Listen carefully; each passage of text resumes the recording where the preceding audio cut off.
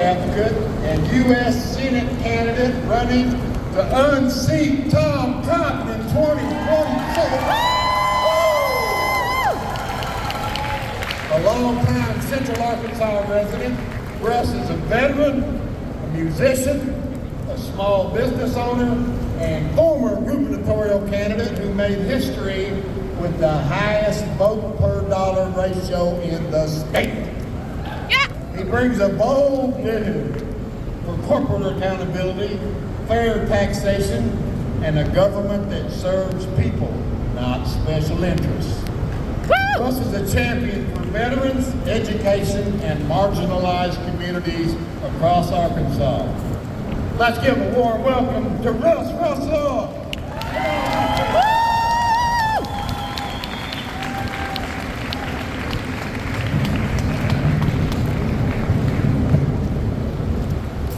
Give me a second. And I would like to make one minor clarification so that the FEC has no weapon to come against me. I am under consideration to be a candidate. I have an exploratory committee, and I am not yet official. So don't come at me with your red tape. Ladies and gentlemen, one, it's a really hard act to follow because we've had such powerful speakers so far.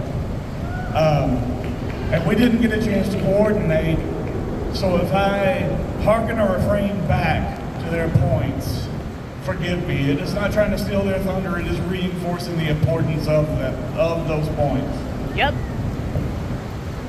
Now, part of my background in education, part is underselling it slightly. My major was in pre-med, pre-law, studying philosophy, and in particular, legal, political, and ethical theory. Now, don't start packing your stuff up. That doesn't mean you're going to get a lecture. There is no test on this. But what I do want to do in calling all of these members and leaders out is I want to establish the baseline of what the expectation is supposed to be. So to that end, I went and got the oath of office that they all had to swear to when they were inducted. Because that's the basis upon which we can call them out and prove their failure, not simply talk about it. I do solemnly swear that I will support and defend the Constitution of the United States against all enemies, foreign and domestic. That I will bear true faith and allegiance to the same. That I take this obligation freely, without any mental reservation or purpose of evasion. Directly at you, 45. And that I will well and faithfully discharge the duties of this office on which I am about to enter. So help me God. Yeah. Now, in laying that out, we have to come to grips on some terms. So you're swearing to defend against all enemies. How then do you identify an enemy? Based upon this premise, an enemy is someone who is acting against the interests of our nation and our Constitution. Yep. You observe how they act and how their values are expressed within the Constitution and Bill of Rights. How then does an oath to uphold this Constitution bear up against an administration who is flagrantly ignoring and assaulting it? Where is a provision where we will defend except in cases of fascism where we personally have a vested interest in profiting? Yeah. Next point, you're to bear true and faithful allegiance to the same. When's the last time you heard a truthful statement out of any of them? Woo! When's the last time you heard from any of them directly in any way that wasn't a TV soundbite, that wasn't a podcast, that was them actually caring enough to bring, pardon my language, bring their asses home to face us, their Yeah. constituents to whom they are answerable? Yeah.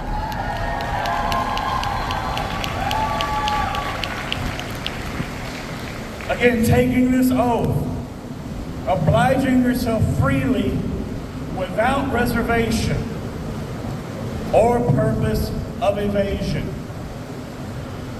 What part of that is the right to enrich yourself based completely on the suffering of those whom you supposedly serve? Where is that? Yeah. So in questioning them, and I'm asking you, do tax breaks for millionaires benefit the working class and the working poor of Arkansas and America? No. Does increasing the deficit by $5 trillion benefit us here in Arkansas or in America? No. Does defunding the institutions that provide necessary aid to everyday Americans and Arkansans, agencies like FEMA, that you voted to defund before turning tail and having to go back and beg for scraps at the table from the same fascist, rapist, multiple time convicted felon that you sold your allegiance to? Yeah. Woo! Planned Parenthood, the Department of Education, the disabilities, all of these institutions, all of this, what it breaks down to is very simple. The attacks on race, the attacks on our immigrant population, the attacks on the LGBTQ population, the attacks on the disabled, all of the attacks, they are all tools, and they are not new. And they were not new in 1931 when somebody in Europe got a really bad idea either. Woo!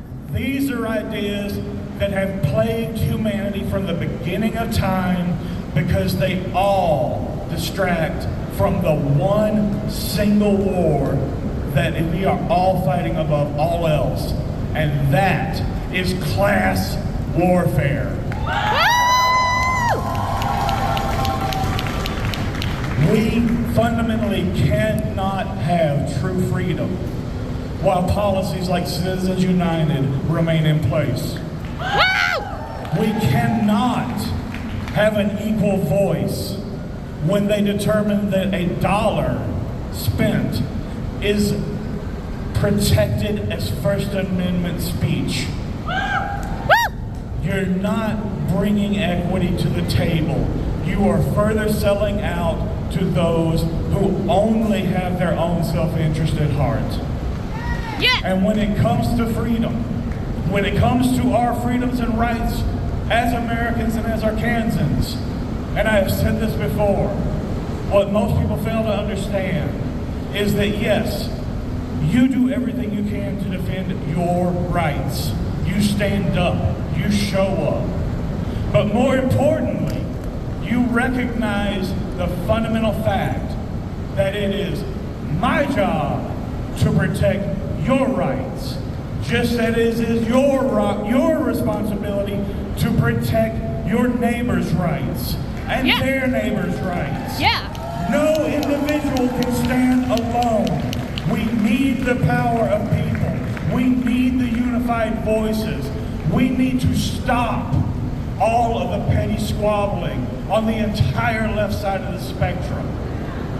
Anything from what is supposedly a modern centrist all the way over to Bernie, who, I'm sorry, academically, he's a centrist. That's classically where he sits.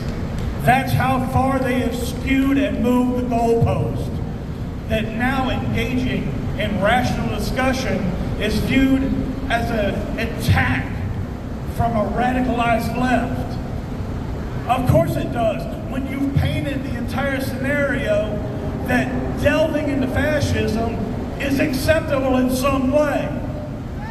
Yep. It is not and it cannot be allowed. Woo!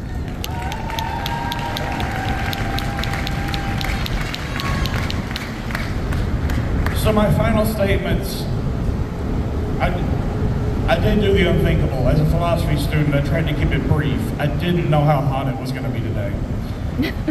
But as a final message to our representatives, our senators, our state legislatures, our governor, all of the executive offices, anyone in a position of power to make decisions that affect the lives of each and every one of us and the hundreds and thousands of people that each one of us represent that could not be here today.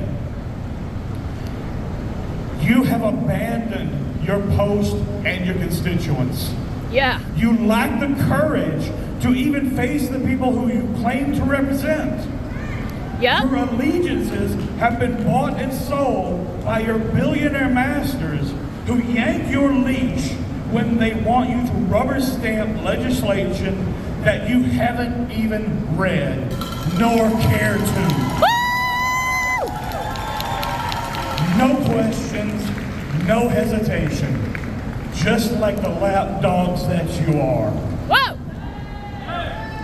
You repeatedly show yourself to be.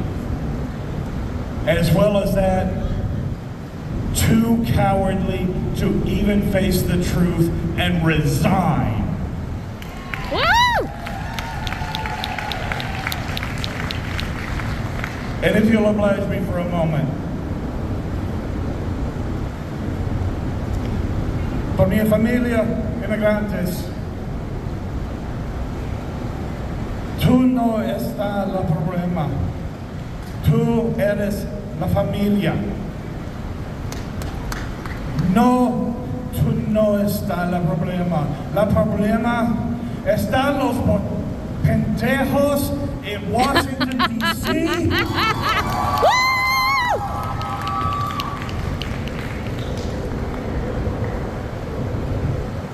Todos estamos americanos. Woo! With that, I thank you. And I want us to keep the energy we have today and that we had last month at the No Kings. And I want us to continue bringing that energy and take every opportunity to call out the hypocrisy, the lies, the deceit that has torn our country in two. We must come together. And I thank you. Please have a wonderful weekend.